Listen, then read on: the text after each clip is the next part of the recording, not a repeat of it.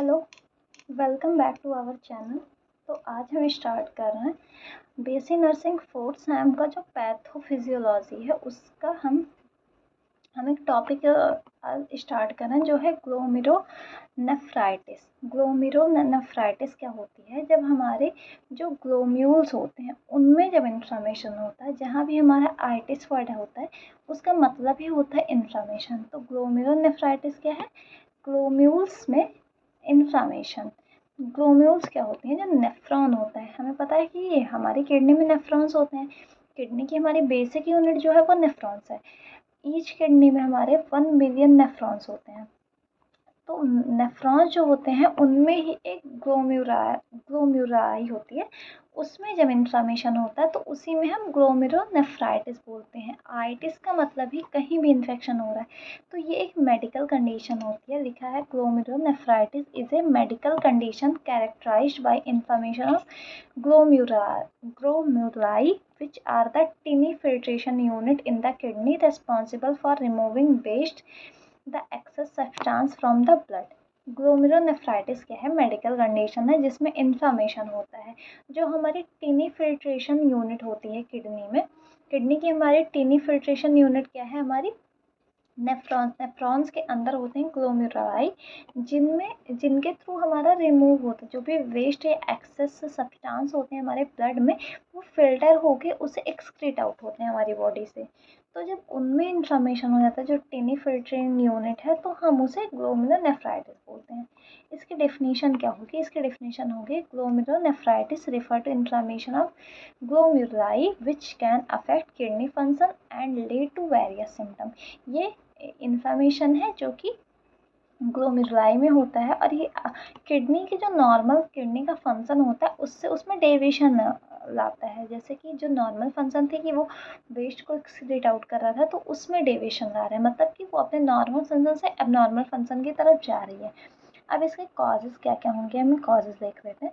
तो ग्लोमेरुलोनेफ्राइटिस के जो कॉजेज़ होते हैं वो कई सारे कॉजेज़ होते हैं, वेरियस फैक्टर होते हैं। एज लाइक इन्फेक्शन, आइटिस मतलब इन्फेक्शन, तो यहाँ पे स्ट्रेप्टोकोकल इन्फेक्शन हो सकता है, ऑटो इम्यून डिसऑर्डर हो सकता है, किडनी डिसीज़ हो सकती है, मतलब नेफ्रोपैथी हो जाए। कुछ कुछ मेडिकेशन, हमारी किडनी से रिलेटेड जितनी भी डिसीज़ होती हैं वो मेडिकेशन की वजह से भी कॉज हो सकती हैं।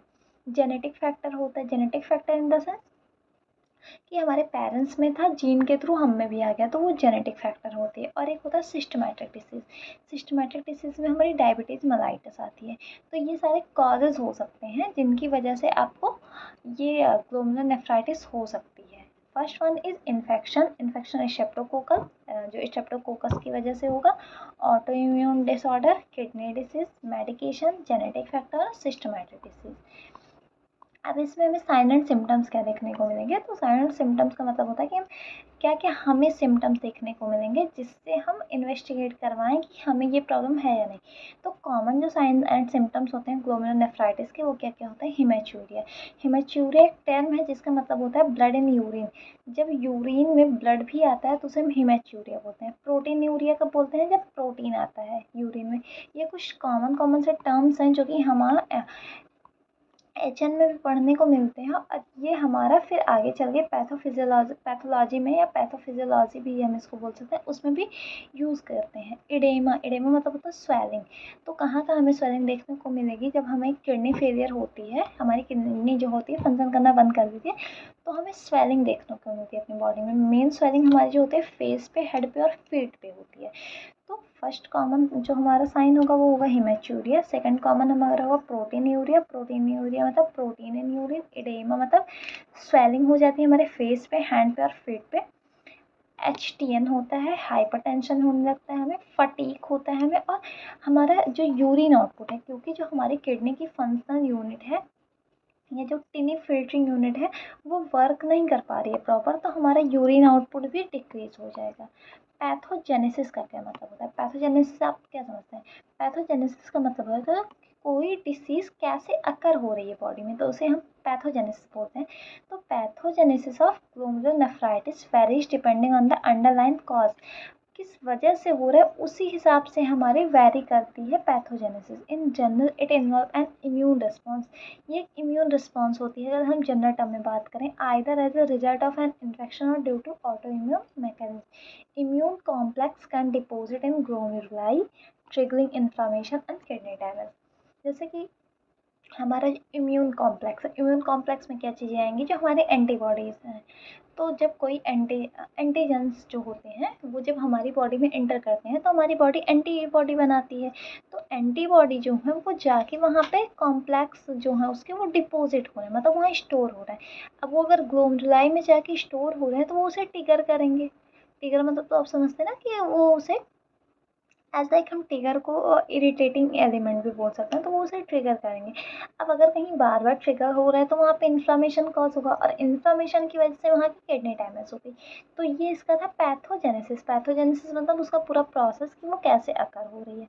अब ग्रॉस एंड इसमें हम माइक्रोस्कोपिक और ग्रॉस पैथोलॉजी देखते हैं। ग्रॉस पैथोलॉजी मतलब कि अगर हम बड़े लेवल पे उसको देखें, विजिबल करें हमारी नेक डाई से, तो वो कैसे विजिबल होगी, तो उसे हम ग्रॉस पैथोलॉजी बोलते हैं।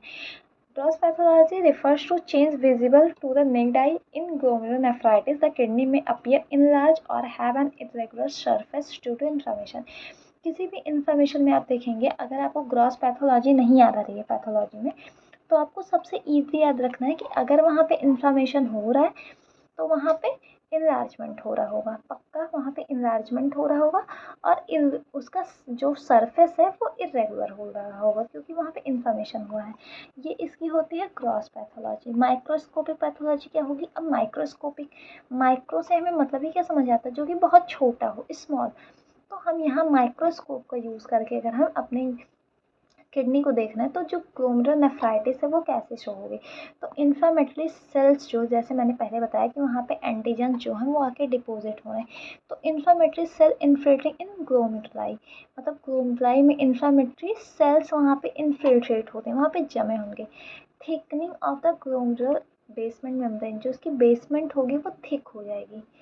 प्रोलिफरेशन ऑफ ग्लोमेरुलर सेल्स, वो प्रोलिफरेट हो जाएगा और वहाँ पे इम्यून कॉम्प्लेक्सेस जो हैं या एंटीबॉडी जो हैं वो डिपोजिट हो जाएंगी।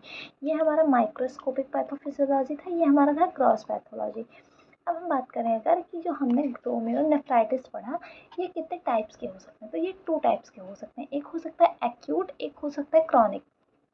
एक्यूट, एक्यूट का मतलब ही होता है जो सडन कॉज हो रहा हो, मतलब जो अचानक से हो गया हो, एक्यूट। और जो शॉर्ट टर्म हो, लॉन्ग टर्म हम बोलते हैं जब क्रॉनिक, जब वो बहुत लंबे समय से हो रहा हो, ट्रिगर कर रहा हो, बार बार वो चीज़ें हो रही हैं, तो वो क्रॉनिक में हम कंसिडर करते हैं। जब वो लॉन्ग टाइम के लिए हो जाता है और वो जल्दी हम रिकवर उससे नहीं हो पाते हैं, तो उसको हम क्रॉनिक बोलते हैं। और 2 टाइप्स के ये हुए, ग्लोमेरुलोनेफ्राइटिस जो ग्लोमेरुलाई होती है नेफ्रॉन्स की वजह, और टिनी फिल्ट्रेटिंग यूनिट्स हैं जहाँ पे कोई भी वेस्ट मटेरियल हमारे ब्लड का फिल्टर होता है, किडनी की जो यूनिट है, तो उसे हम ग्लोमेरुलोनेफ्राइटिस बोलते हैं। 2 टाइप्स की होती हैं, एक्यूट एंड क्रॉनिक। ये क्यों क्यों हो रही थी? ये इन्फेक्शन की वजह से हो रही थी, ऑटो इम्यून डिसऑर्डर की वजह से हो रही थी, सिस्टमेटिक डिसऑर्डर की वजह से, जेनेटिक डिसऑर्डर की वजह से। ये सारे इसके कुछ टर्म्स थे जिनकी वजह से ये हो रही थी। इनके साइन सिम्टम क्या आ रहे थे हमारे पास? हिमेच्यूरिया आ रहा था, fatigue, high blood pressure, oedema, proteinuria और यूरिन आउटपुट कम हो रहा था। पैथोजेनेसिस की बात करें तो यहाँ पे हमने देखा कि इसकी पैथोजेनेसिस कैसी हो रही है, अलग अलग कॉजेज़ पे अलग अलग ये वेरी करती है। लेकिन अगर हम कॉमन इसकी बात करें तो अगर ये ऑटो इम्यून की वजह से हो रहा है तो जो हमारा इम्यून या एंटीबॉडी जो होगी वो हमारी स्टोर हो जाएगी, इसकी वजह से वो किडनी की फिल्टरिंग यूनिट को ट्रिगर करेगी। ट्रिगर करने की वजह से वहाँ पे इन्फ्लामेशन हो जाएगा और हमारी किडनी वहाँ की डैमेज होने लगती है। तो ये सारी चीज़ें हमने पढ़ ली हैं जो कि पैथोलॉजी की हैं। तो पैथोलॉजी में हमें ज़्यादा नहीं पढ़ना होता क्योंकि हम एचएन में पूरी चीज़ें पढ़ रहे होते हैं। तो पैथोलॉजी में हमारा जो मेन फोकस होता है वो होता है पैथोजेनेसिस पे और ग्रॉस और माइक्रोस्कोपिक पैथोलॉजी पे उसके। क्योंकि जो एचएनएन में हम चीज़ें पढ़ रहे हैं सेम चीज़ें हमारी पैथोलॉजी में भी होती हैं। पैथोलॉजी का मतलब ही होता है कि हम स्टडी करें कि प्रोसेस क्या है, जो डिसीज़ अकर हो रही है उसकी पूरी प्रोसेस क्या है। तो इसमें आपको, अगर आप एग्ज़ाम के पर्पज़ से पढ़ रहे हैं या किसी कॉम्पिटिटिव पर्पज़ से भी पढ़ रहे हैं, तो आपको मेन जो आपका फोकस होगा वो यहाँ पे आपको मैनेजमेंट नहीं करना है, मेडिकल मैनेजमेंट, सर्जिकल मैनेजमेंट, यहाँ आपको किसी भी तरह का मैनेजमेंट नहीं करना होता है। यहाँ आपको बस उसकी पैथोजेनेसिस पढ़नी होती है कि वो कैसे अकर हो रहा है और उसकी वजह से हमें कैसे कैसे चेंजेस उसमें देखने को मिल रहे हैं। एज लाइक माइक्रोस्कोपली अगर हम उसे देखें तो क्या चेंजेस मिलेंगे, और अगर हम उसे क्रॉस नेक्ड आई से देखें तो क्या चेंजेस मिलेंगे, बस इतना ही इसमें हमें पढ़ना होता है। तो ये टॉपिक हमने आज पढ़ लिया है। नेक्स्ट क्लास में हम अगला टॉपिक लेके आएंगे। Thank you so much. अगर वीडियो अच्छी लगी हो तो लाइक करें, शेयर करें और सब्सक्राइब करना चैनल ना भूलें।